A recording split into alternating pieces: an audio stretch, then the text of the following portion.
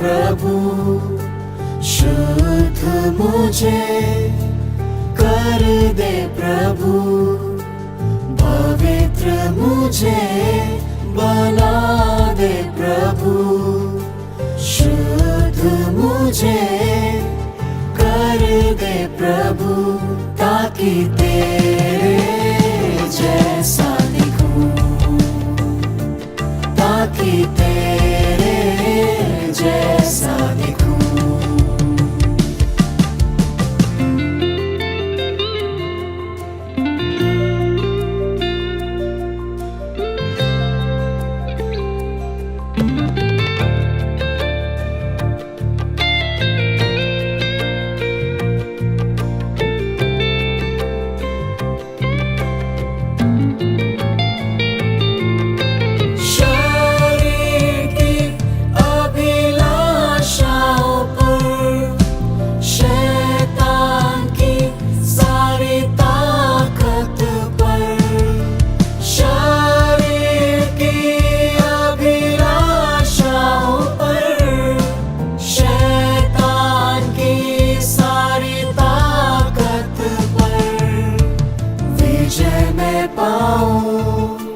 जय मैं पाऊं, विजय मैं पाऊं, जय मैं पाऊं, ताकि तेरे जैसा दिखूं, ताकि तेरे जैसा दिखूं।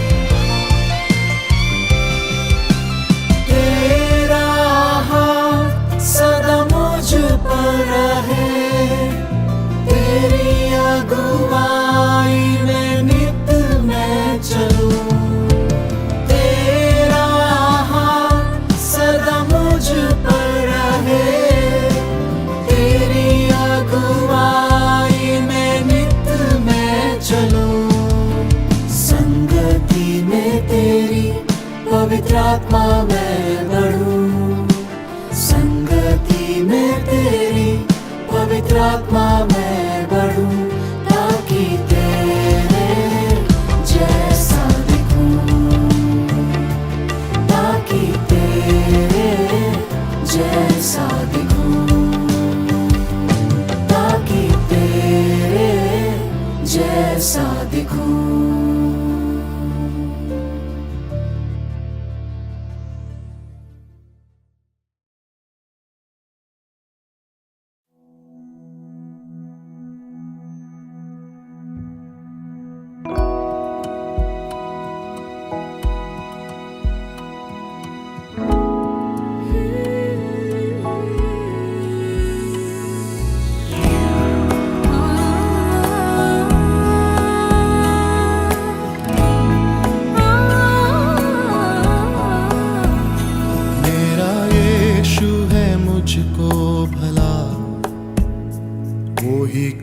काफी है सदा सर्वदा।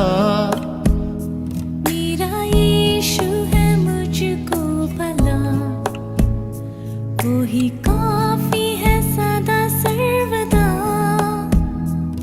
दुख में रोग में हर मुसीबत में मेरे मन वो ही काफी है तुझे। दुख में रोग में हर मुसीबत में मेरे मन वो ही काफी है तुझे। कलवरी के पहाड़ पर चढ़ा था मुकुट कांटों का सिर पर। कलवरी के पहाड़ पर चढ़ा था मुकुट कांटों का सिर पर। मेरी वेदना सब दूर करके मुझे नया जीवन प्रदान कर दिया। मेरी वेदना सब दूर करके मुझे नया जीवन प्रदान कर दिया।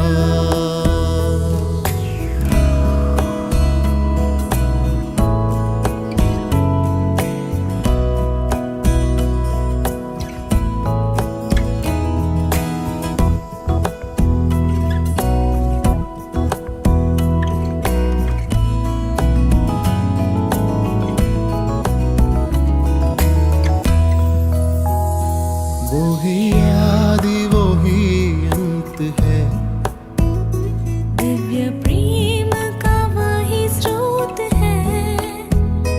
वो ही आदि वो ही अंत है। दिव्य प्रेम का वही स्रोत है। 10,000 में अति श्रेष्ठ है वो, स्तुति वंदना के योग्य वो। 10,000 में अति श्रेष्ठ है वो, स्तुति वंदना के योग्य वो।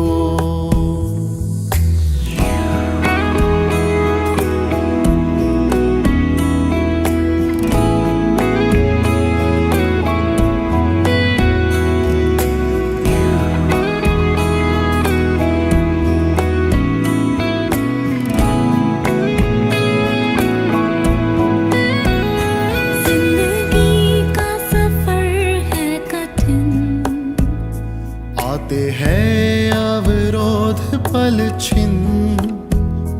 जिंदगी का सफर है कठिन। आते हैं अवरोध पल छिन्न। दिन में मेघ स्तंभ, रात्रि अग्नि स्तंभ बन के राह चलाएगा मुझे। दिन में मेघ स्तंभ, रात्रि अग्नि स्तंभ बन के राह चलाएगा मुझे। मेरे दुखों का होगा दमन, आंसू पूछेगा जो आँखों की नम। मेरे दुखों का होगा दमन, आंसू पूछेगा जो आँखों की नम। राजा बन के जब बादलों पर आएगा, मैं भी उड़ उसके संग जाऊंगा। राजा बन के जब बादलों पर आएगा, मैं भी उड़ उसके संग जाऊंगा। मेरा यीशु है मुझको भला, वो ही काफी है सदा सर्वदा। मेरा यीशु है मुझको भला, वो ही काफी है सदा सर्वदा। दुख में रोग में हर मुसीबत में मेरे मन वो ही काफी है तुझे। दुख में रोग में हर मुसीबत में मेरे मन वो ही काफी है तुझे।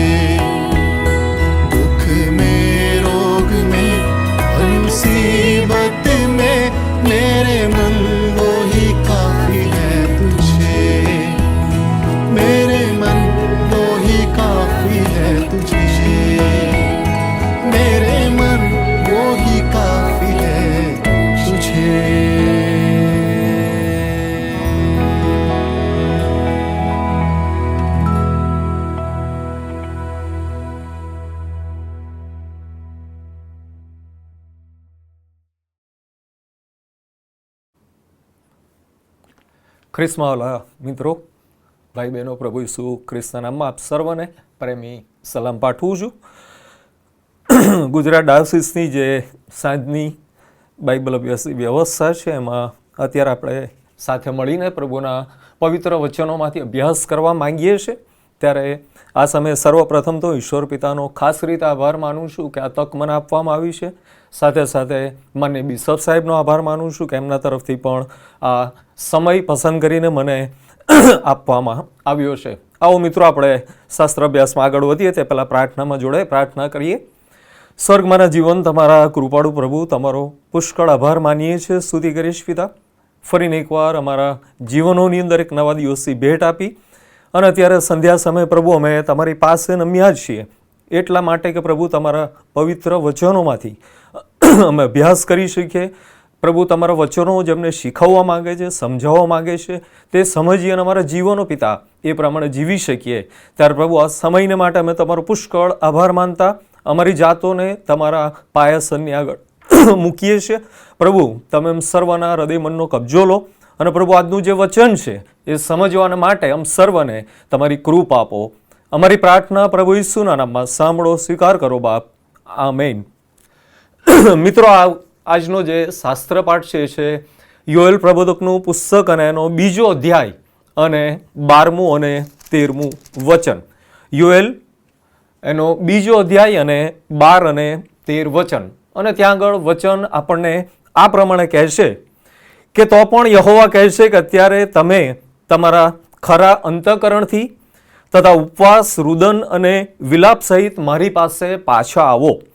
તમારા વસ્ત્રો નહીં પણ તમારા હૃદયો ફાડો ને તમારા દેવ યહોવા પાસે પાછા આવો, કેમ કે તે કૃપાળુ તથા પૂર્ણ કરુણાળુ, કોપ કરવામાં ધીમો તથા દયાનો સાગર છે ને વિપત્તિને માટે તેને પશ્ચાતાપ થાય છે. મિત્રો, આ જે વચન છે અને આ જે શાસ્ત્ર પાઠ છે, હવે સૌથી પહેલો પ્રશ્ન આપણને ઊભો થાય છે કે આ જે આપણું બાઇબલ છે અને બાઇબલની અંદર જે 2 ભાગ પાડવામાં આવ્યા છે, જૂનો કરાર અને નવો કરાર. અને જો આ પવિત્ર શાસ્ત્રમાંથી આપણે ઇસ્રાયેલ પ્રજાની વાત અથવા તો આ જે વચન કહેવામાં આવ્યું છે યોએલ પ્રબોધક દ્વારા, લગભગ પ્રભુ ઈસુ ખ્રિસ્તના જન્મના 400 વર્ષ પહેલાં યોએલ પ્રબોધક થઈ ગયા અને ઇસ્રાયેલ પ્રજાની માટે એમણે આ વચન ઉચ્ચાર્યું છે. અને જો આ જે બાઇબલ છે એમાંથી ઇસ્રાયેલ પ્રજા અને ઇસ્રાયેલ પ્રજાને લગતી જે બાબતો છે એને આપણે દૂર કરીએ છીએ તો વાલા ભાઈ બહેનો, આપણી પાસે બાઇબલમાં શું વધે છે? આ જે વચન છે એ વચન આજે મને કેવી રીતે લાગુ થાય છે અને તમને કેવી રીતે લાગુ થાય છે એ જાણવું આપણે ઘણું અગત્યનું છે અને ખૂબ જરૂરનું છે. કારણ કે ઘણી બધી વાર ઘણા લોકો કદાચ એવું પણ કહેતા સાંભળીએ છીએ કે આ તો જૂના કરારની વાતો છે, આપણે તો નવા કરારમાં જીવીએ છીએ, આપણે નવા કરારના પ્રભુને માનીએ છીએ. પણ ના વાલાઓ, આ સમયે મારે તમને એ કહેવું છે કે જૂનો કરાર અને નવો કરાર એ એકબીજાની સાથે જોડાયેલા છે. જો નવો કરાર છે તો જૂનો કરાર પણ છે અને જો જૂનો કરાર છે તો નવો કરાર પણ છે. અને આ જે યોએલ પ્રબોધકનું પુસ્તક છે એનો 1લો અધ્યાય, 2જો અધ્યાય અને 3જો અધ્યાય, એમ 3 અધ્યાય આપણી પાસે આપવામાં આવેલા છે. અને 3ય અધ્યાયનો જો તમે અભ્યાસ કરશો તો એની અંદર એક વિચાર જે રજૂ કરવામાં આવ્યો છે એ તો એ છે કે ઇસ્રાયેલ પ્રજા પોતાના ભૂંડા કર્મોથી પાછા ફરે, પસ્તાવો કરે અને માફી પ્રાપ્ત કરે. અને એટલા માટે યોએલ પ્રબોધકને ચેતવણી આપવાને માટે ઇસ્રાયેલ પ્રજાની પાસે મોકલવામાં આવ્યો છે. હવે આ જે ઇસ્રાયેલ પ્રજા છે અને ઇસ્રાયેલ પ્રજાની માટે જૂના કરારની અંદર જે કંઈ પણ બાબતો લખવામાં આવી છે એનો આપણે ખૂબ ઊંડાણથી આજે અભ્યાસ કરવા માંગીએ છીએ. કારણ કે આ જે જૂનો કરાર છે, જેને આપણે જૂનો કરાર કહીએ છીએ, itself it's a covenant of God. અને ઈશ્વરે જે કરારો કરેલા છે એ કરારોમાંનો બહુ જ અગત્યના જે કરાર જે ઇબ્રાહિમની સાથે કરવામાં આવ્યો, બહુ જ ડેપ્થમાં જઈને આપણે શરૂઆત કરવા માંગીએ છીએ વાલા મિત્રો. કારણ કે ત્યાંથી આની શરૂઆત થાય છે અને પ્રભુ ઈસુ ખ્રિસ્તમાં એ નવા કરારનો અંત આવે છે. અને એટલા માટે હું આજે તમને ત્યાંથી શરૂ કરાવવા માંગુ છું. અને વાલા મિત્રો, આપણે જોઈએ છે કે બાઇબલની અંદર આદમ અને હવા અને ભૂમિ અને મૂસા અને ઇબ્રાહિમ અને દાઉદ ને સુલેમાન, ઈસાક બધાની સાથે યહોવા દેવે કરાર કરેલા છે. અને યહોવાની માટે કરાર કરવું એ બહુ અગત્યનું છે. દરેક જગ્યાએ આપણે વાંચીએ છીએ, જોઈએ છીએ કે ઈશ્વરે જ્યારે પણ એમની સાથે કરાર કર્યા ત્યારે એમની ચોક્કસ પ્રકારની નિશાનીઓ આપવામાં આવી છે. અને આપણે ઉત્પત્તિનું પુસ્તક ખુલ્લું રાખીએ અને એના 17મા અધ્યાયની અંદર આપણે જો જોઈએ છે તો 17મા અધ્યાયની અંદર એક પાત્રને આપણે જોઈએ છે અને એ પાત્ર તો એ છે ઇબ્રાહિમ. અને ઇબ્રાહિમ જે છે એ નિસંતાન છે અને એની સ્ત્રી એ વાંઝણી છે અને પોતાના જીવનના 100 વર્ષો સુધી એ લોકો આગળ ચાલી ચૂક્યા છે. અને એવા સમયની અંદર ઈશ્વર તેને પસંદ કરે છે. અને ઈશ્વર જ્યારે પસંદ કરે છે ત્યારે ઉત્પત્તિનો 17મો અધ્યાય અને એની બીજી જે કલમ છે એ કલમ અત્યારે આપણે વાંચીએ. અને ત્યાં આગળ આ પ્રમાણે લખ્યું છે, અને હું મારો કરાર મારી તથા તારી વચ્ચે કરીશ ને તને ઘણો જ વધારીશ. સૌથી પહેલી વાત જે ઈશ્વર એ ઇબ્રાહિમની સાથે કરે છે એ આ છે કે હું મારો કરાર એ તારી સાથે કરીશ. ઈશ્વર એ પોતાની જે યોજના છે એને પરિપૂર્ણ કરવા માંગે છે. આદમ અને હવાને જ્યારે ઉત્પન્ન કરવામાં આવ્યા ત્યારે ઈશ્વરની જે ઈચ્છા હતી, ઈશ્વરની જે યોજના હતી, એમાં શૈતાને ભંગાણ પાડ્યું. શૈતાન એમાં ઇન્ટરફિયર કરે છે અને ત્યાં આગળ આપણે જાણીએ છીએ કે પાપનો પ્રવેશ થાય છે. પણ ઈશ્વર પોતાની યોજનાને આગળ ધપાવતા ફરીને એકવાર ઇબ્રાહિમ જે પોતાનું પસંદ કરેલું પાત્ર છે એની પાસે આવે છે અને હવે એને કહે છે કે હું મારો કરાર મારી અને તારી વચ્ચે કરીશ. અને ઈશ્વર કોઈક પ્રકારનું એગ્રીમેન્ટ એની સાથે કરવામાં માંગે છે. અને કયા પ્રકારનું એગ્રીમેન્ટ ઈશ્વર એ એની સાથે કરે છે અને એ એગ્રીમેન્ટની અસર આજે આપણી પર કઈ રીતે છે, તમે અને હું એ એગ્રીમેન્ટમાં કેવી રીતે જોડાયેલા છીએ એ આપણી માટે જાણવું ખૂબ જરૂરનું છે. અને વાલા ભાઈ બહેનો, આપણે ત્યાર પછી જો 7મી કલમથી વાંચીએ તો ત્યાં આગળ લખ્યું છે, અને તારો દેવ તથા તારા પછીના તારા વંશજોનો દેવ થવા સારું હું મારો કરાર સનાતન કરાર તરીકે મારીને તારી વચ્ચે ને પેઢી દર પેઢી તારા પછી તારા વંશજોની વચ્ચે કરીશ. ઈશ્વર ઇબ્રાહિમની સાથે જે કરાર કરવાની વાત કરે છે એ બહુ જ અગત્યનો કરાર છે. વાલા ભાઈ બહેનો, ઈશ્વરે આદમની સાથે કરાર કર્યો, ઈશ્વરે હવાની સાથે કરાર કર્યો, ભૂમિની સાથે કરાર કર્યો, મૂસાની સાથે કરાર કર્યો, ઇબ્રાહિમની સાથે કરાર કર્યો, દાઉદ રાજાની સાથે કરાર કર્યો. ઘણા બધા કરાર એવા કર્યા કે જેની અસરો પૂરી થઈ ગઈ છે. પણ આ જે કરાર છે, ઇબ્રાહિમની સાથે જે કરાર કરવામાં આવેલો છે, એ કરાર આજે પણ જીવંત છે અને એની અસરો આજે પણ આપણે અનુભવી શકીએ છીએ. ઈશ્વરે એક માણસ પસંદ કર્યો કે જેમાંથી એ પોતાના વંશજોને ઉત્પન્ન કરવા માંગે છે અને જે સદાકાળનું જે વતન છે તે તેમને આપવા માંગે છે. એવું આ કરારની અંદર આપણે વાંચીએ છીએ. અને 7મી કલમમાં જે આપણે વાંચ્યું કે તારા પછી તારા વંશજોની સાથે, તારા પછી તારા વંશજોની સાથે સનાતન કરાર કરીશ. અને એ સનાતન કરાર પછી 10મી કલમની અંદર લખે છે કે મારી અને તારી વચ્ચે અને તારા પછી તારા વંશજો વચ્ચે મારો જે કરાર તમારે પાળવો તે એ જ કે તમારામાંનો જે દરેક પુરુષ તેની સુન્નત કરવી જોઈએ.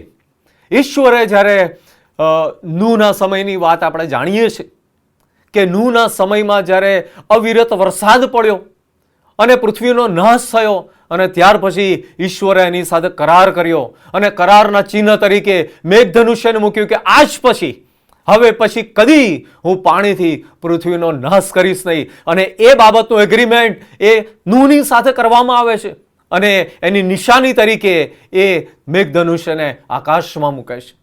અહીં આગળ આપણે જોઈએ છીએ કે ઇબ્રાહિમની સાથે ઈશ્વર જે કરાર કરે છે એ કરારની દૈહિક નિશાની તરીકે આપણે જોઈએ છે કે એ સુન્નતને કહેવામાં આવ્યું છે કે તમારામાંનો દરેક પુરુષ કે જેની સુન્નત કરવી જોઈએ. જે માણસની સુન્નત થયેલી હશે એ માણસ એ મારી સાથેના કરારમાં સીધો સપાયેલો રહેશે. પણ આગળ આપણે વાંચીએ છીએ 13મી કલમની અંદર, ઉત્પત્તિ 17 અને 13ની અંદર આપણે વાંચીએ છીએ અને ત્યાં એ પ્રમાણે લખ્યું છે કે જે તારા ઘરમાં જન્મેલો હોય તથા જે તારા પૈસાથી વેચાતો લીધેલો હોય તેની સુન્નત જરૂર કરવી અને મારો કરાર તમારા માંસમાં સનાતન કરાર તરીકે રહેશે. મિત્રો, આ વાક્ય ખૂબ અગત્યનું છે. મારો કરાર તમારા માંસમાં એટલે તમારા દૈહિક શરીરમાં એ સનાતનના કરાર તરીકે રહેશે. અને આ રીતે ઈશ્વર ઇબ્રાહીમની સાથે અને ત્યાર પછી ઇબ્રાહીમના જે કોઈ પણ વંશ વારસો થનાર છે, સંતાનોના સંતાનો, પેઢી દર પેઢી સુધી થનાર છે, એ સર્વની સાથે એક સનાતન સદાકાળના કરાર તરીકે આ કરાર કરે છે. અને એની અંદર વચનનો દેશ આપવાની વાત લખવામાં આવી છે, એ વચનનો વારસો આપવાની વાત લખવામાં આવી છે. એ કરાર અહીંયા આગળ ઈશ્વર ઇબ્રાહીમની સાથે કરે છે. આગળ જો આપણે વધીએ છીએ તો આગળ 21મા અધ્યાયની અંદર જો આપણે આવીએ, 21મા અધ્યાયની અંદર આવીએ તો હવે પ્રશ્ન આજે સૌથી પહેલા હું તમને એ પૂછવા માંગુ છું કે તમે અને હું એ કોણ છીએ?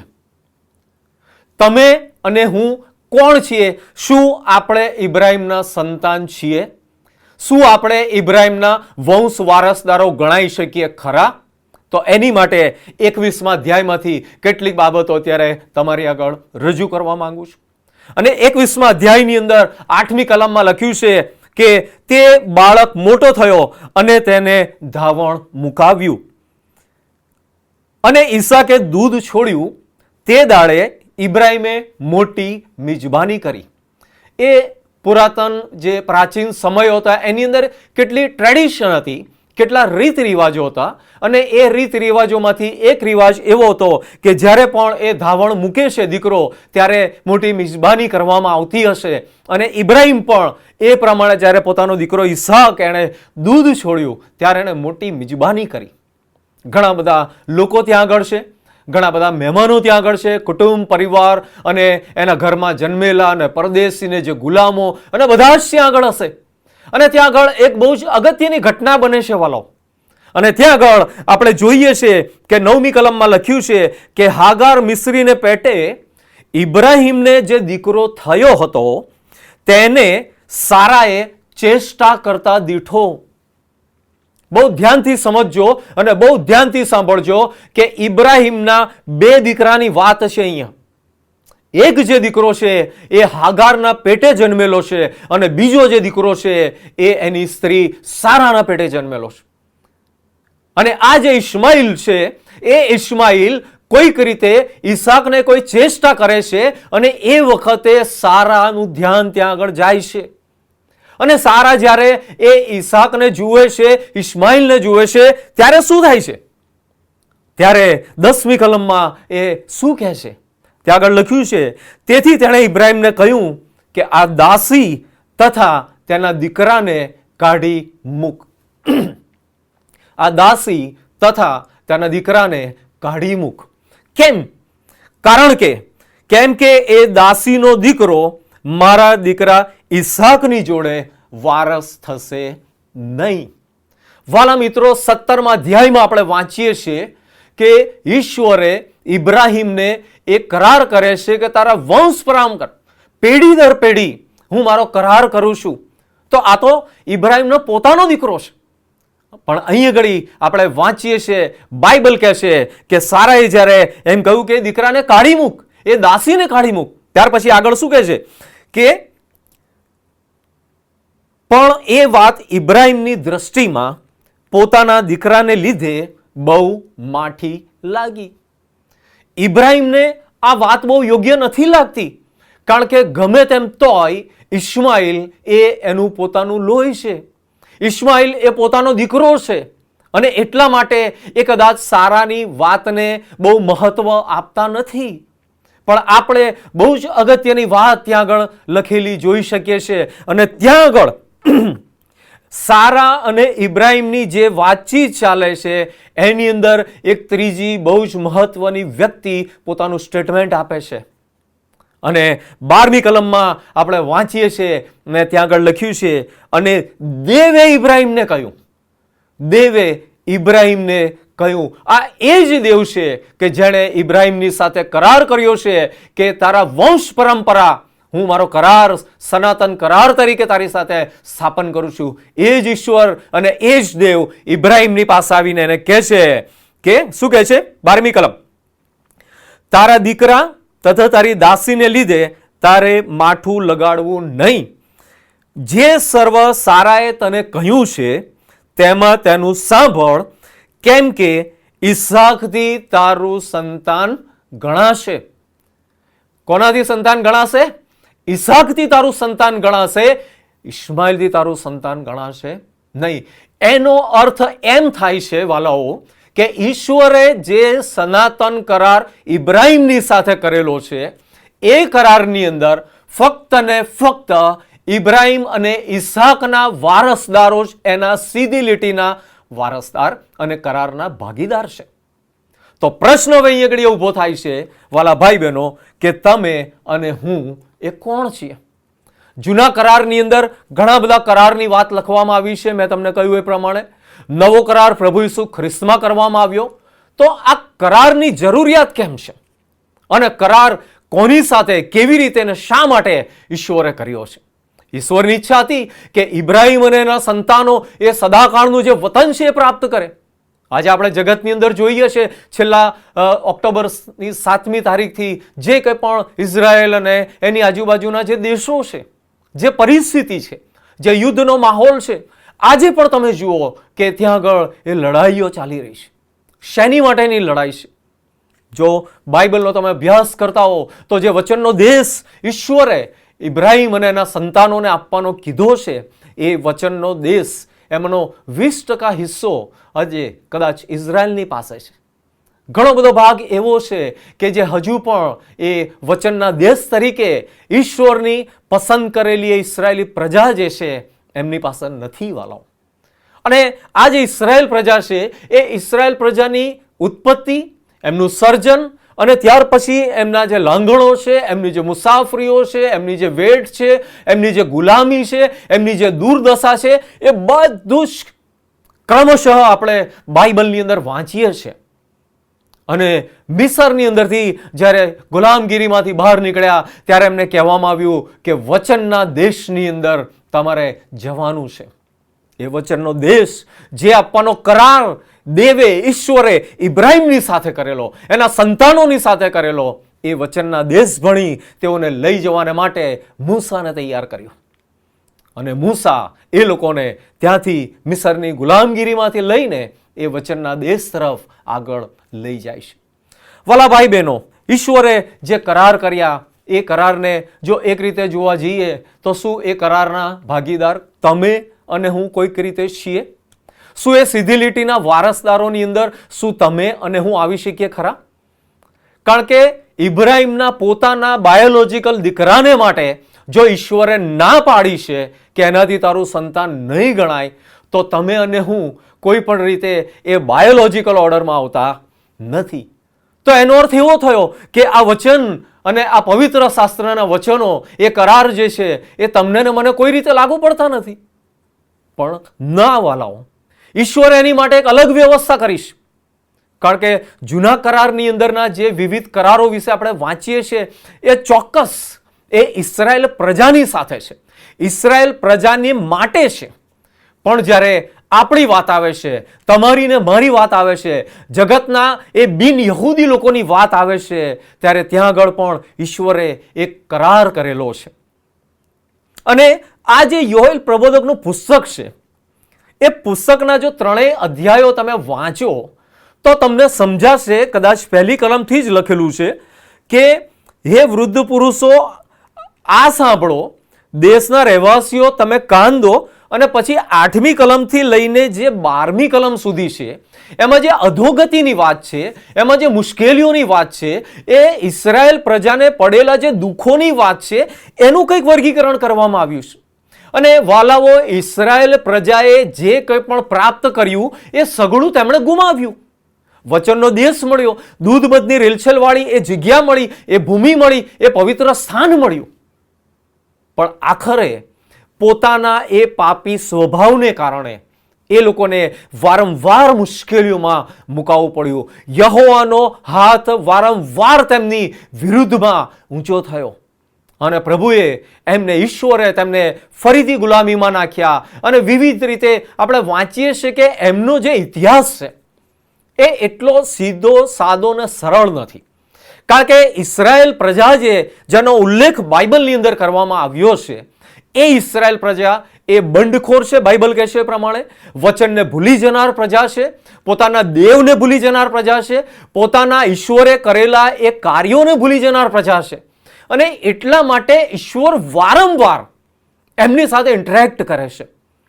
ક્યારેક મરકી આવે છે, ક્યારે બીજી તકલીફો આવે છે, ક્યારે ગુલામી આવે છે, ક્યારે યુદ્ધો લડવા પડે છે અને યુદ્ધોમાં હારી જવાની વાત આવે છે. અને આ રીતે આ જે ઇઝરાયલ પ્રજા છે એ ઈશ્વરની તરફ પાછા ફરે, પોતાના ભૂંડા કામોને મૂકીને ઈશ્વર તરફ પોતાની દ્રષ્ટિ કરે. એટલા માટે ઈશ્વર સતત પ્રયત્નશીલ રહે છે. એનું એક અને એકમાત્ર કારણ એ છે કે ઈશ્વરે એમની સાથે સનાતન કરાર કરેલો છે. અને એ જે પ્રજા છે, આ જે પૃથ્વીના પટ ઉપરથી એ પ્રજાને નેસ્તનાબૂદ કરવાને માટે ઘણા પ્રયત્નો થયા. હોલોકોસ્ટની વાત આપણે જાણીએ છીએ. અને હિટલરે પોતાના જીવનકાળ દરમિયાન લાખો યહૂદીઓને આ પૃથ્વી પરથી પૂર્ણ કરી, એમનો વંશ પૂરો કરવાનું એણે નક્કી કર્યું. પણ આપણે જોઈએ છીએ કે વાલા ભાઈ બહેનો, એ ઈશ્વરની પસંદ કરેલી જે પ્રજા છે, એ પ્રજા આજે પણ આ પૃથ્વી પર એમને એમ અડીખમ ઊભી છે. કારણ કે બાઇબલ કહે છે કે એ મારી પસંદ કરેલી પ્રજા છે. પણ સમયે સમય આપણે વાંચીએ છીએ અને જે પ્રમાણે અહીંયા યોએલ પ્રબોધકના પુસ્તકમાં લખ્યું છે કે એ લોકો પોતાના ભૂંડા માર્ગોએ પાછા ફરી ગયા. અને એટલા માટે બીજો અધ્યાય અને 13મી કલમમાં લખ્યું છે કે તમારા વસ્ત્રો નહીં પણ તમારા હૃદયોને ફાડો. હવે જો તમે કોઈ પણ કલમ વાંચો છો તો એની ઉપર નીચેની 10 કલમનો હંમેશા અભ્યાસ કરો, તો એ ચિત્રને આપણે સમજી શકીએ છીએ કે કયા સમયગાળાની આ વાત છે. સીધે સીધી કોઈ એક કલમને આપણા સાથે સરખાવી નહીં શકાય. એ સીધે સીધી તમે નહીં સમજી શકો, પણ ઉપર નીચેના આગળ પાછળના અધ્યાયને જ્યારે આપણે વાંચીએ છીએ ત્યારે આપણે એને સમજી શકીએ છીએ કે બાઇબલ આ વચન દ્વારા શું કહી રહ્યું છે. અને યોએલ પ્રબોધકની વાત જ્યારે આવે છે ત્યારે એને પસ્તાવો અને માફી એ ચેતવણી સ્વરૂપે રજૂ કરવાને માટે એ આ બાબતો એ ઇઝરાયલ પ્રજાને કહે છે. અને એ ઘડી 3 જગ્યાએ બહુ જ અગત્યની વાત લખવામાં આવી છે. એક તો યોએલ પ્રબોધક એનો 1લો અધ્યાય અને એની 15મી કલમ આપણે ખુલ્લી કરીએ. યોએલ 1 અને 15. અને ત્યાં આગળ શું લખ્યું છે? ત્યાં આગળ લખ્યું છે કે તે દિવસ માટે અફસોસ, કેમ કે યહોવાનો દિવસ નજીક છે. તે દિવસ માટે અફસોસ, કેમ કે યહોવાનો દિવસ નજીક છે. ત્યાર પછી 1 અને 11મું વચન, યોએલ 1 અને 11 ને ત્યાં આગળ આ પ્રમાણે લખ્યું છે, યહોવા પોતાના સૈન્યને મોખરે મોટે સાદે પોકારે છે, તેની છાવણી બહુ મોટી છે, જે તેનું વચન અમલમાં લાવે છે તે સમર્થ છે. યહોવાનો દિવસ મોટો તથા ભયંકર છે અને કોણ તેને સહન કરી શકે. અને બીજા અધ્યાયની 11મી કલમ અને બીજા અધ્યાયની 1લી કલમની અંદર પણ આ વાત લખવામાં આવી છે. દેશના સર્વ રહેવાસીઓ તમે કાંપો, કેમ કે યહોવાનો દિવસ આવે છે ને તે છેક નજીક આવી પહોંચ્યો છે. યહોવાના દિવસની વાત 3 જગ્યાએ આપણે વાંચીએ છીએ કે જે તે સમયની અંદર લગભગ ઈસવીસન પૂર્વે 580, 85 કે 90ના અરસાની આ વાત છે. એ સમયે યોએલ પ્રબોધક ઇઝરાયલ પ્રજાને પોતાના ભૂંડા કામોથી પાછા ફરવાને માટે અને યહોવાનો જે દિવસ જે આવી રહ્યો છે એની માટે એ ચેતવણી આપે છે. એની માટે એમને કહે છે કે તમે પસ્તાવો કરો, કારણ કે યહોવાનો જે દિવસ આવનાર છે એની માટે એવું લખ્યું છે કે એની આગળ એ એદનવાડી છે, પણ જ્યારે પસાર થઈ જાય છે તો એની પાછળ ઉજ્જળ અને અરણ્ય સમાન બની જાય છે.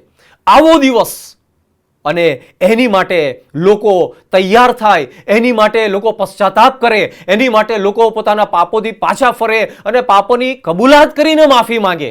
એટલા માટે આ વચન યોએલ પ્રબોધક દ્વારા ઉચ્ચારવામાં આવ્યું છે. પણ એક જે ટ્રેડિશન છે વાલાઓ, કે જૂના કરારની અંદર પાપોની માફી મેળવવાને માટે એક આખી વ્યવસ્થા ત્યાં આગળ આપણે જોઈએ છે. કે સમયાંતરે આપણે ઘણી બધી જગ્યાએ પહેલા રાજામાં, પહેલા શમુએલની અંદર, લેવીમાં અને અહીંયા ઘડી પણ વાંચીએ છીએ કે તમારા વસ્ત્રો ફાળો. વસ્ત્રો ફાળવાનો જે આખો સંદર્ભ છે એ છે કે પોતે ઈશ્વરની આગળ નમવું, પોતાની જાતને નમ્ર કરવી અને પોતાના કામો વિશે કન્ફેસ કરવું. અને યુનાની વાત આપણે જાણીએ છીએ કે જ્યારે યુનાની વાત આવે છે ત્યારે એ લોકો રાખમાં બેઠા અને રાખમાં બેસીને એમણે પસ્તાવો કરે છે. એટલે જૂના કરારની અંદર વસ્ત્રો ફાળવાની જે વાત છે એ યોએલ પ્રબોધક પણ કહે છે. અને ત્યાં લખ્યું છે કે તમે ખરા અંતઃકરણથી ઉપવાસ, રુદન અને વિલાપ સહિત મારી પાસે પાછા આવો. પણ વાલા મિત્રો, બીજી જે વાત અહીંયા ઘડી મારે તમને કહેવી છે એ છે કે આ જે વાત અહીંયા ઘડી જણાવવામાં આવી છે, યહોવાના દિવસ આવ્યા પહેલાની, ઈશ્વરનો જે ભયંકર દિવસ આવનાર છે એની ચેતવણી આપતા 500 વર્ષ પ્રભુ ઈસુ ખ્રિસ્તના જે જન્મ પહેલાના છે ત્યારે યોએલ પ્રબોધકે એમને કીધી. પણ આજે તમને અને મને આ વચન કઈ રીતે લાગુ પડે છે? જેમ ઉત્પત્તિના 17મા અધ્યાયમાં આપણે જોયું અને 21મા અધ્યાયમાં આપણે જોયું ત્યાં શાસ્ત્ર વચન સ્પષ્ટ રીતે કહેશે કે તમે અને હું એ શું ખરેખર ઇબ્રાહિમના વારસદાર છીએ? કારણ કે આ જે વચન છે એ વચન એમની માટે છે કે જે લોકો ઇબ્રાહિમના સીધી લીટીના વારસદાર છે. તો તમે અને હું કોણ છીએ? આ એક પ્રશ્ન સમજવા જેવો છે. તમે અને હું કોણ છીએ કે જેની માટે આ વચનો પણ આપણને સ્પર્શ કરી રહ્યા છે? તો એની માટે હવે આપણે નવા કરાર તરફ જઈએ. અને મારી સાથે તમે ગલાતીઓનો પત્ર ખુલ્લો રાખો અને ગલાતીઓનો પત્રને એનો 3જો અધ્યાય તમે ખુલ્લો કરશો. પ્રભુ ઈસુ ખ્રિસ્તમાં નવો કરાર એ સ્થાપવામાં આવે છે. પ્રભુ ઈસુ ખ્રિસ્તે હાથમાં પ્યાલો લીધો અને પ્રભુ ઈસુ ખ્રિસ્તે કહ્યું કે આ લોહી જે છે એ નવા કરારનું લોહી છે.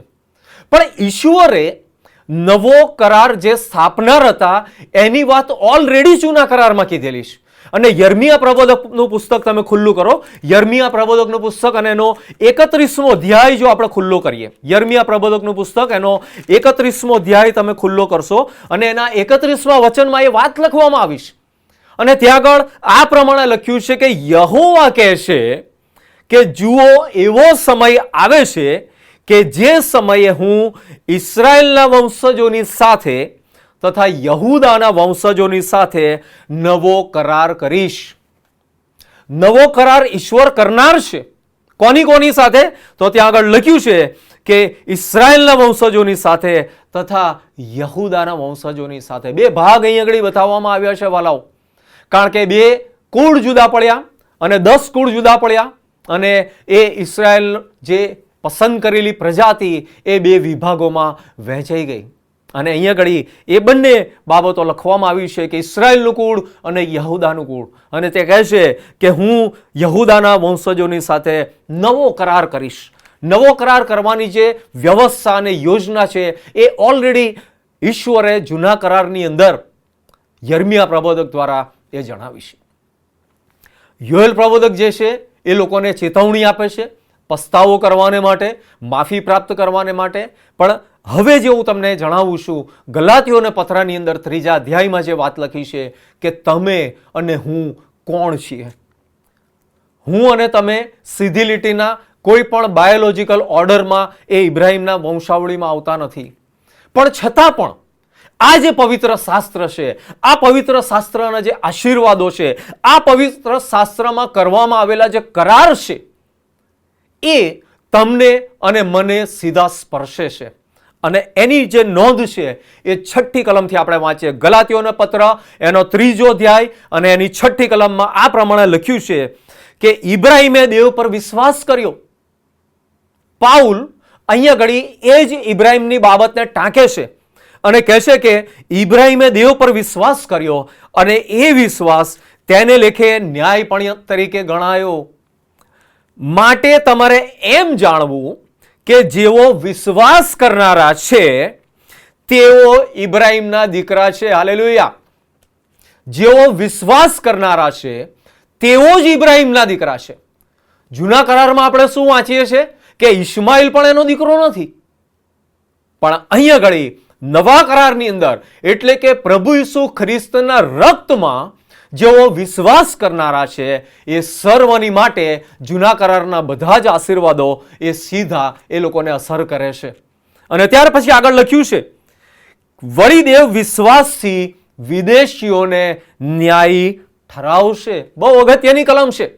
આ જે આખો ઓર્ડર છે એને વાલાઓ આપણે બહુ સ્પષ્ટ રીતે સમજવાની જરૂર છે કે જૂનો કરાર અને જૂના કરારમાં ઇબ્રાહિમની સાથે કરવામાં આવેલો કરાર, ઈસાકની સાથે કરવામાં આવેલો કરાર, જે જૂના કરારમાં ઇસ્રાયેલ પ્રજાનો રઝળપાટ, એ લોકોનો બંડ, એ લોકોનો વિજય, ઈશ્વરનું એ લોકોનું પાલન પોષણ કરવું, એ લોકોને વચનના દેશમાં લાવવા, પણ ઈશ્વર એટલાથી અટકી જતા નથી.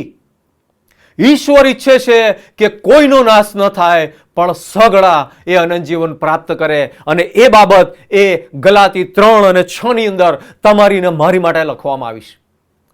જો ફક્ત હું જૂનો કરાર વાંચું તો હું સ્વીકારું છું કે હું ઇબ્રાહિમના એ વંશવેલાની અંદર, એના બાયોલોજીકલ ઓર્ડરની અંદર ક્યાંય નથી આવતો. જીનેટિકલી હું એ ઓર્ડરમાં ક્યાંય નથી.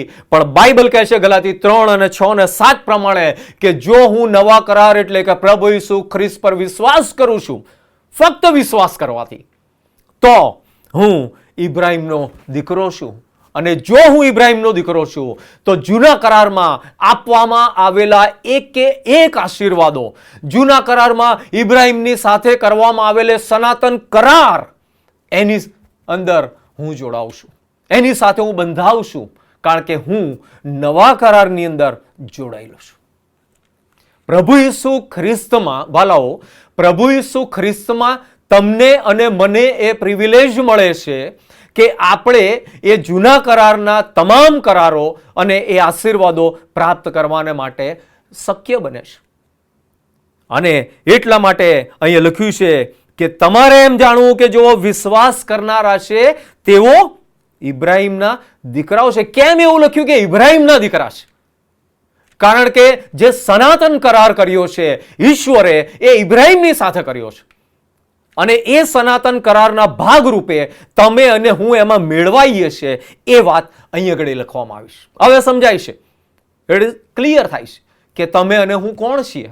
તો આપણે પ્રભુ ઈસુ ખ્રિસ્ત દ્વારા એ સનાતન કરારના એ વચનનો જે વારસો છે એના ભાગીદાર બનીએ છીએ. પણ ક્યારે? કે જ્યારે પ્રભુ ઈસુ ખ્રિસ્તમાં જે નવો કરાર કરવામાં આવેલો છે એ નવા કરારમાં જ્યારે હું વિશ્વાસ કરું છું ત્યારે હું એ તમામ પ્રકારના આશીર્વાદો જે છે એનો ભાગીદાર બની શકું છું. ત્યાર પછી આગળ આપણે થોડુંક જોઈશું તો યોએલ પ્રબોધક જે છે એનો 2 અધ્યાય અને એની 28માં વચનથી, 2 અધ્યાય અને એના 28માં વચનથી લઈને તો 30માં વચન સુધી, 32માં વચન સુધી એ જે પેસેજ છે એ આખો પેસેજ તમે પ્રેરિતોના કૃત્ય પણ ઓપન રાખો, એનો 2 અધ્યાય ખુલ્લો રાખશો, યોએલ 2 અને પ્રેરિતોના કૃત્ય એનો 2 અધ્યાય, એ બંને સાયમલ્ટેનિયસ તમે જોશો તો ત્યાં આગળ તમે એક જ પ્રકારની વાત ત્યાં જુઓ છો. અને પ્રેરિતોના કૃત્ય 2 અધ્યાય અને 16માં વચનની અંદર ત્યાં આગળ લખવામાં આવ્યું છે કે પણ એ તો યોએલ પ્રબોધકે જે કહ્યું હતું તે જ છે. હવે જો આ ઘટનાક્રમને સમજો કે અહીંયા ઘડી આપણે વાંચીએ છીએ પ્રેરિતોના કૃત્યોની અંદર કે યોએલ પ્રબોધકે જે વાત લખી હતી 500 વર્ષ પહેલા, એ વાતનો ઉલ્લેખ અહીંયા ઘડી કરવામાં આવ્યો છે. અને શું કહેવામાં આવ્યું છે? કઈ એવી ઘટના બની છે કે જેને લીધે થઈને યોએલ પ્રબોધકની એ વાત અને ભવિષ્યવાણીને અહીંયા ઘડી રેફરન્સ આપવામાં આવ્યો છે. તો ત્યાં લખ્યું છે કે પાછલા દિવસોમાં એમ થશે કે હું સર્વ માણસો પર મારો આત્મા રેડી દઈશ. હવે અહીંયા ઘડી ઘટના કઈ બની છે? તો 50માનો દિવસ છે. અને પ્રભુ ઈસુ ખ્રિસ્ત પર વિશ્વાસ કરનારા જે લોકો એકઠા મળ્યા હતા એમની ઉપર પવિત્ર આત્મા ઉતર્યો છે. યોએલ પ્રબોધકે જે કહ્યું હતું કે શું થશે કે પાછલા હું સર્વ મનુષ્ય પર મારો આત્મા રેડી દઈશ પાછલા દિવસોની અંદર, અને તમારા દીકરા તથા તમારી દીકરીઓ પ્રબોધ કરશે. અને એ જે ચિત્ર છે 500 વર્ષ પહેલાનું, એ 500 વર્ષ પછી ચરિતાર્થ થાય છે, એ સત્ય સાબિત થાય છે. અને એ વખતે પ્રેરિતોના કૃત્યોને લખનાર એ બાબતની નોંધ કરતા લખે છે કે યોએલ પ્રબોધકે જે લખ્યું હતું એ વાત છે આ. કારણ કે જ્યારે ત્યાં આગળ 50માના દિવસ આપણે વાંચીએ છીએ કે તેઓ અન્ય ભાષામાં બોલતા હતા પવિત્ર આત્મા પ્રાપ્ત કરીને, ત્યારે લોકોએ તેમની માટે કેવી કમેન્ટ કરી? તો 13મા વચનની અંદર આપણે વાંચીએ છીએ પ્રેરિતોના કૃત્ય 2 અધ્યાય ને 13મું વચન. અને ત્યાં આગળ આપણે વાંચીએ છીએ કે પણ બીજાઓએ ઠઠ્ઠા મસ્કરી કરીને કહ્યું કે એ માણસોએ નવો દ્રાક્ષરસ પીધેલો છે. અને વાલા મિત્રો, વાલા ભાઈ બહેનો, કે અહીં આગળ આપણે એ જે ઘટના બની છે એ ખરેખર કયા સંદર્ભમાં બની છે એને જોઈએ છે. પાઉલે નવા કરારની અંદર જે પત્રો લખ્યા છે, એ પાઉલ નવા કરારની અંદર એ પત્રોની અંદર પોતાની જાતને કઈ રીતે ઇન્ટ્રોડ્યુસ કરે છે? તો ગલાતીઓને પત્ર તમે ખુલ્લો કરશો, ગલાતીઓને પત્ર અને એનો 2 અધ્યાય, ગલાતીઓને પત્ર એનો 2 અધ્યાય. ચોક્કસ પ્રકારના શબ્દો જૂના કરાર અને નવા કરારમાં બંને જગ્યાએ ઉપયોગમાં લેવાયેલા છે, અને એનું બહુ જ મહત્વ છે. એ તમે ધ્યાનથી વાંચજો. અને 2 અધ્યાય, ગલાતીઓને પત્ર એનો 2 અધ્યાય અને એની 7મી કલમ. અને ત્યાં આગળ પાઉલ આ પ્રમાણે લખે છે કે પણ ઉલટું જ્યારે તેઓએ જોયું કે જેમ પિત્તરને સુન્નતીઓને સારું સુવાર્તા સોંપેલી છે તેમ મને 2 સુન્નતીઓને સારું સોંપેલી છે. સમજાય છે? પિત્તરને જે સુવાર્તાનું કામ સોંપ્યું છે, પ્રભુ ઈસુ ખ્રિસ્તનો શિષ્ય પિત્તર, એ કયા લોકોની માટે છે? તો પાઉલ ત્યાં આગળ લખે છે કે એ તો સુન્નતી લોકોની માટે છે. હવે સુન્નત શબ્દનો સૌથી પહેલો ઉપયોગ ક્યાં થયો? તો કે ઉત્પત્તિના 17મા અધ્યાયમાં. અને ત્યાં આગળ જે સુન્નતી લોકો છે એટલે કે યહૂદી લોકોની વાત લખવામાં આવી છે. અને અહીંયા ઘડી પાઉલ એ જ વાત લખે છે કે પિત્તર એ સુવાર્તાનું કામ કરે છે, પણ કોની માટે? તો કે જે લોકો સુન્નત કરેલા છે, જે સુન્નતી લોકો છે. પણ પોતાની માટે પોતાનું ઇન્ટ્રોડક્શન આપતા કહે છે પણ મને 2 સુન્નતીઓને સારું સોંપેલી છે.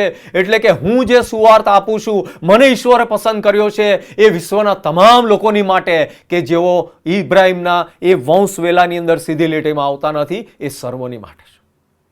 અને એ સર્વને એટલે કે તમામ 2 સુન્નતીઓને સારું મને આ જવાબદારી સોંપવામાં આવેલી છે.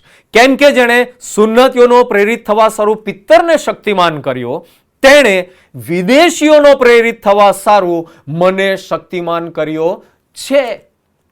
અને બહુ સ્પષ્ટ આ બાબત આપણને સમજાય છે કે તમે ને હું, આપણે તો વિદેશીઓમાં હતા.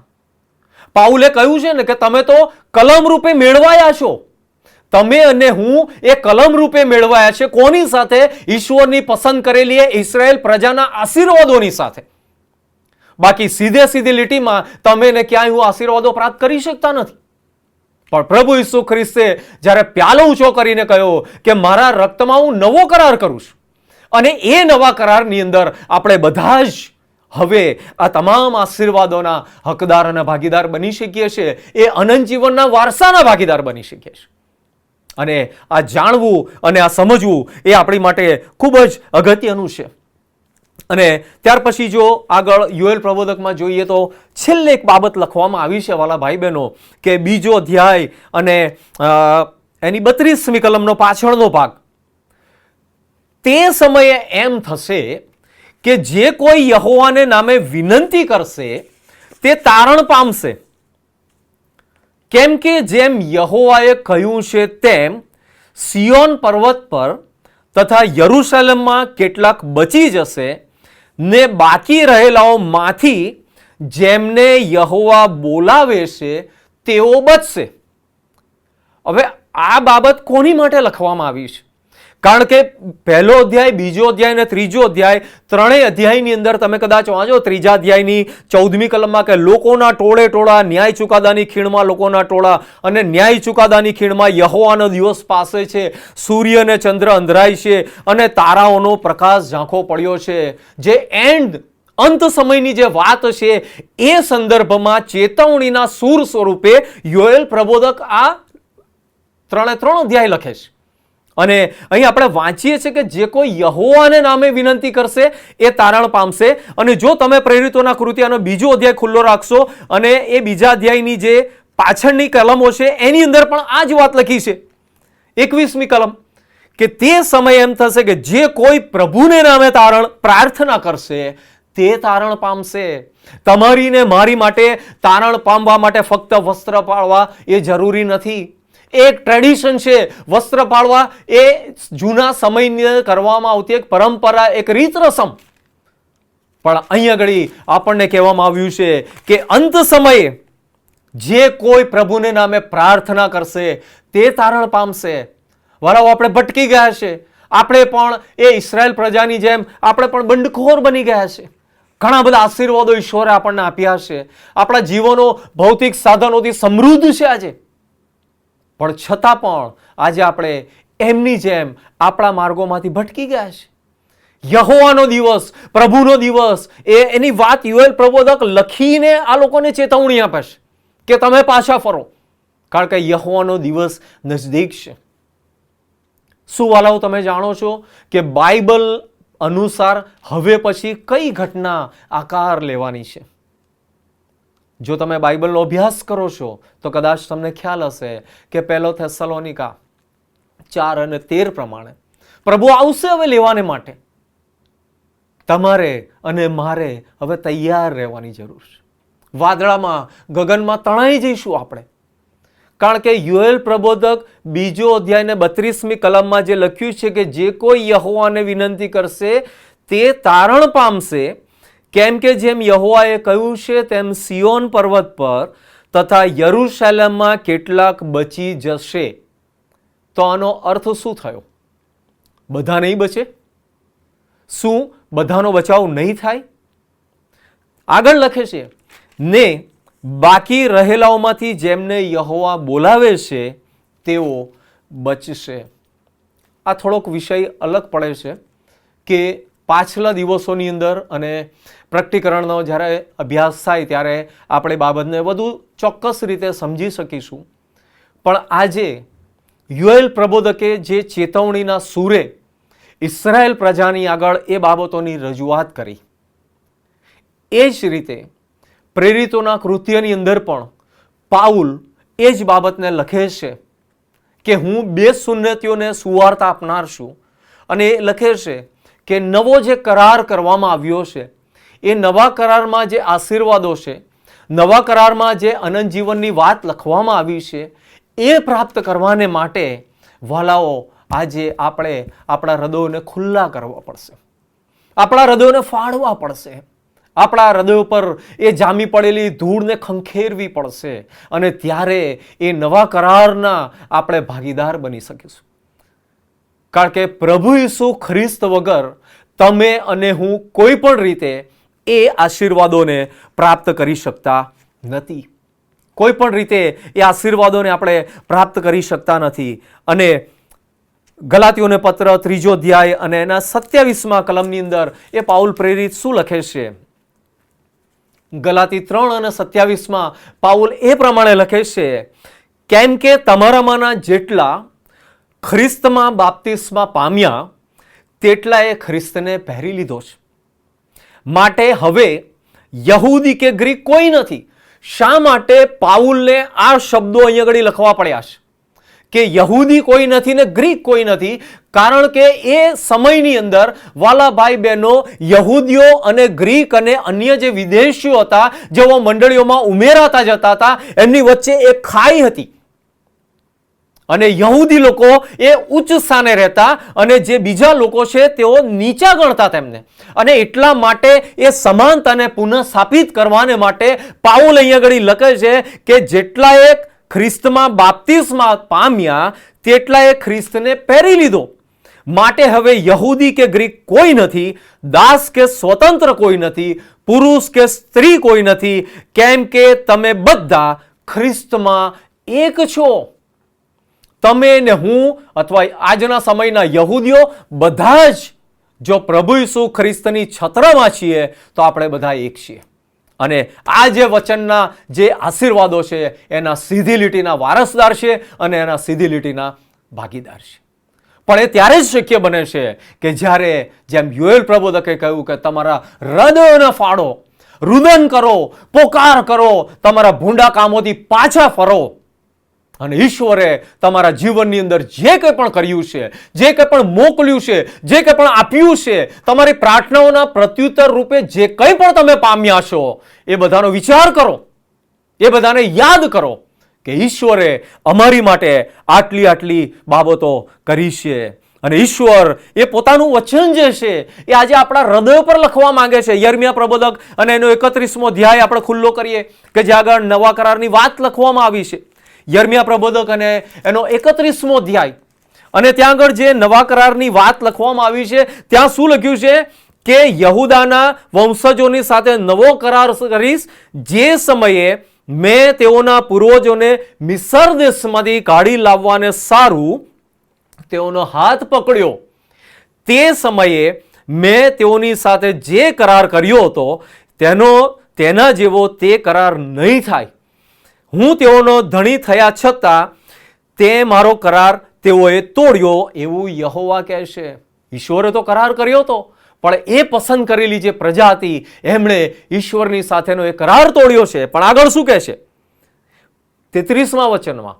પણ યહોવા કહે છે કે હવે પછી જે કરાર હું ઇસ્રાયેલના વંશજોની સાથે કરીશ તે આ છે કે હું મારો નિયમ તેઓના હૃદયમાં મૂકીશ, તેઓના હૃદયપટ પર તે લખીશ. આજે વાલા ભાઈ બહેનો, જો તમે પ્રભુ ઈસુ ખ્રિસ્ત પર વિશ્વાસ કરો છો તો તમે ઇબ્રાહિમના સંતાન છો. અને આ જે કરાર છે એ કરાર પ્રમાણે આજે ઈશ્વર પોતાનું જે વચન છે એ તમારા અને મારા હૃદયમાં લખવા માંગે છે. આપણે એની માટે હૃદયને ખોલવાની જરૂર છે, હૃદયને ઉઘાડવાની જરૂર છે. આપણા ભૂંડા કામોને તજીને આપણે ગીત ગાઈએ છીએ કે કોઈ તારું બારણું ઠોકે છે. આજે પ્રભુ એ આપણું બારણું ઠોકી રહ્યો છે, એ ખટખટાવી રહ્યો છે, એટલા માટે કે આજે એ આપણા હૃદયની અંદર આવવા માંગે છે. શું વાલા ભાઈ બહેનો, આજે આપણે તૈયાર છીએ કે કેમ? શું આજે એની માટે આપણે પૂરી તૈયારી કરી શકીએ કેમ? કારણ કે પ્રભુનો દિવસ નજીક છે. યોએલ પ્રબોધકે 3 જગ્યાએ ચેતવણી રૂપે ઇસ્રાયેલ પ્રજાને કહ્યું કે યહોવાનો એ દિવસ નજીક છે અને ભયંકર દિવસ છે કે જેની આપણે કલ્પના પણ ના કરી શકીએ એવો ભયંકર દિવસ છે. તો શું આજે એ દિવસ જો આજે જ હોય તો હું એની માટે તૈયાર છું કે કેમ? શું મારું હૃદય એની માટે તૈયાર છે કે કેમ? વાલા ભાઈ બહેનો, આપણે વિચાર કરવાની જરૂર છે કે ઈશ્વરનો એ સનાતન જે કરાર છે કે જેની અંદર ઇસ્રાયેલ પ્રજાને ભાગીદાર કર્યા અને સાથે સાથે જે નવો કરાર પ્રભુ ઈસુ ખ્રિસ્તમાં કર્યો, એ નવા કરાર દ્વારા તમે અને હું એ સનાતન કરારના ભાગીદાર બનીએ એવી ઈશ્વરની ઈચ્છા અને યોજના છે. અને એટલા માટે યોહાન 3 અને 16 આપણને આપવામાં આવ્યું છે. એટલા માટે યોહાન 3 અને 16 પ્રમાણે આપણે એ અનંત જીવનના વારસાના ત્યારે જ ભાગીદાર બની શકીએ છીએ જ્યારે એ નવા કરારનું રક્ત આપણે પીએ છીએ અને એને સ્વીકારીએ છીએ. પ્રભુ આ વચનો સમજવાને માટે આપ સર્વની સહાય કરે અને આપ સર્વને એની કૃપામાં આગળ દોરી જાય. આમેન. પ્રાર્થના કરીએ. જીવન પ્રભુ, અમે તમારો પુષ્કળ આભાર માનીએ છીએ, સ્તુતિ કરીએ છીએ પિતા. તમે જે સનાતન કરાર પ્રભુ આ જગત અને જગતના તમામ લોકોની માટે કર્યો, પ્રભુ ઈસુ ખ્રિસ્તમાં તમે નવો કરાર કર્યો અને એ નવા કરારની સ્થાપના થયા પછી પ્રભુ જે વિદેશીઓ હતા એ સર્વને પ્રભુ તમે તમારા આશીર્વાદોની સાથે જોડ્યા. આ પ્રભુ અમને આશીર્વાદોમાં જોડ્યા, તેના માટે અમે આભાર માનીએ છીએ. પરંતુ પ્રભુ, અમે ફરીથી અમારા ભૂંડા કાર્યો તરફ પાછા ફરી ગયા છીએ. ત્યારે પ્રભુ અમે ક્ષમા માંગીએ છીએ. પ્રભુ ઈસુ ખ્રિસ્તનું એ મૂલ્યવાન અને પવિત્ર રક્ત, એનો છંટકાવ અમે આજે પ્રાપ્ત કરવા માંગીએ છીએ પિતા. આમ સર્વની ઉપર પ્રભુ તમે એ પવિત્ર છંટકાવ કરો, અમને શુદ્ધ કરો અને પ્રભુ અમને તમારા મહિમાને માટે વાપરજો. આજની સંગતને માટે આભાર માનીએ છીએ, વચનને માટે આભાર માનીએ છીએ. આમ સર્વને પ્રભુ હવે પછીના સમયમાં સંભાળજો, દોરજો અને તમારા મહિમાનું કારણ બનાવજો. અમારી પ્રાર્થના ખ્રિસ્ત ઈસુમાં સાંભળો, સ્વીકાર કરો બાપ. આમેન. આમેન.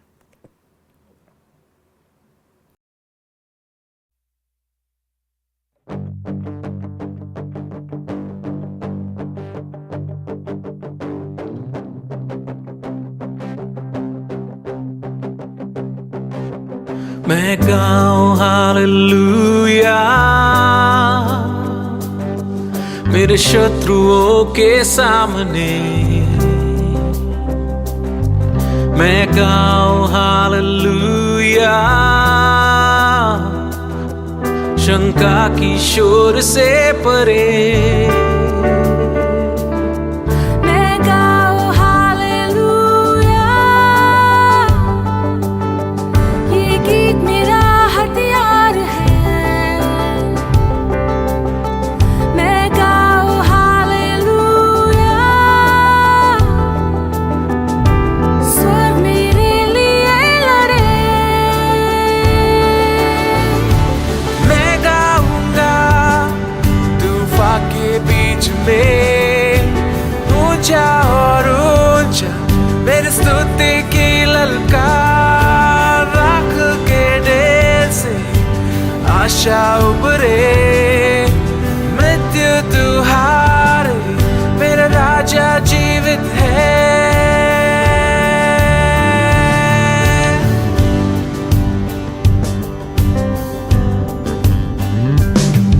मैं गाऊं हालेलुया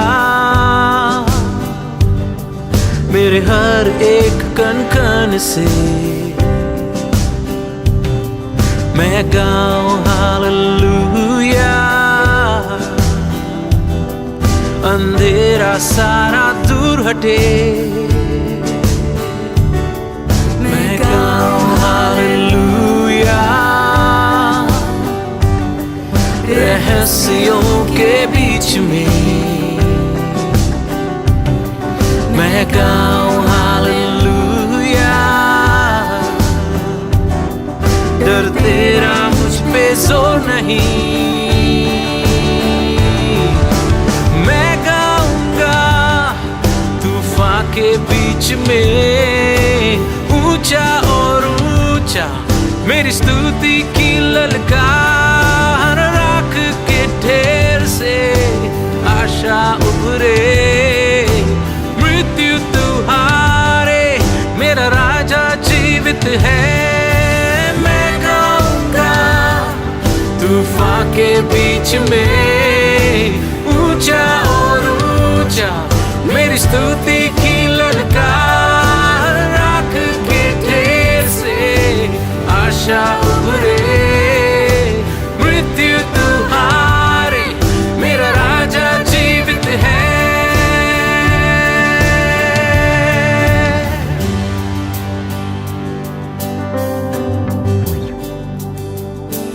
ऊंचा उठाए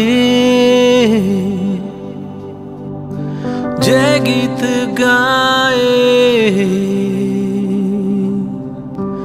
ऊंचा उठाए जय गीत गाए. ऊंचा उठाए शत्रुओं के सामने जय गीत गाए. शंका के शोर से परे. ऊंचा उठाए मेरा हथियार है. जय गीत गाए. स्वर मेरे लिए लड़े. ऊंचा उठाए कण कण से जय गीत गाए. मेरा सारा दूर हटे. ऊंचा उठाए रहस्यों के बीच में जय गीत गाए.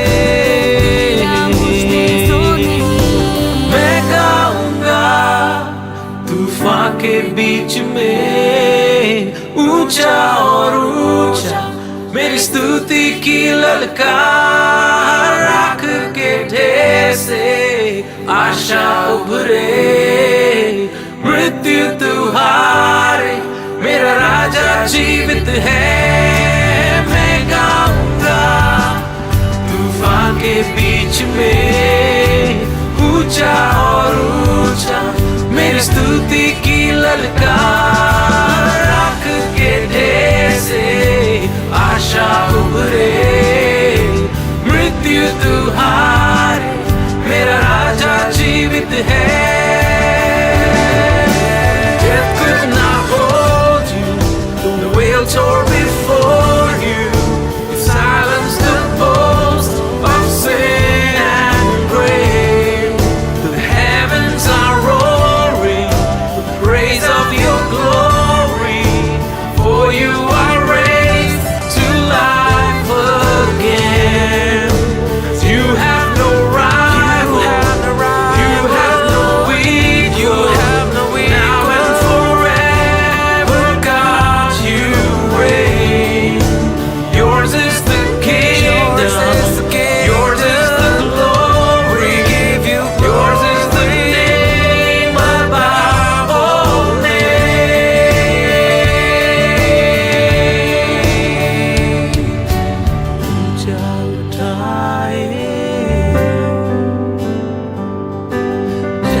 हाँ प्रभु, हम आपके नाम को ऊंचे उठाते हैं, वो नाम जो सब नामों के ऊपर है।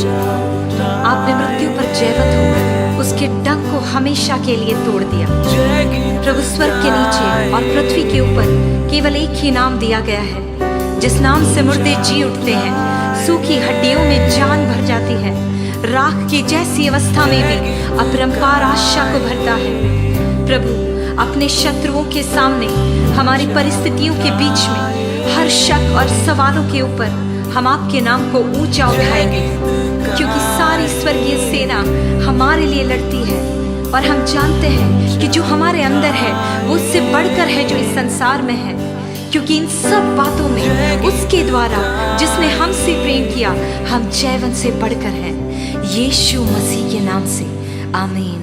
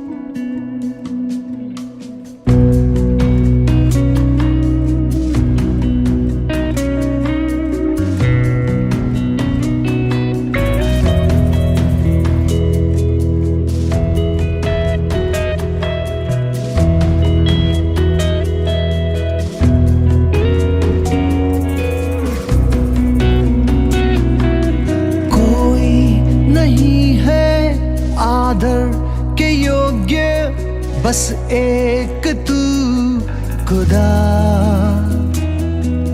कोई नहीं है सिंहासन के योग्य, बस एक तू राजा। कोई नहीं है आदर के योग्य, बस एक तू खुदा।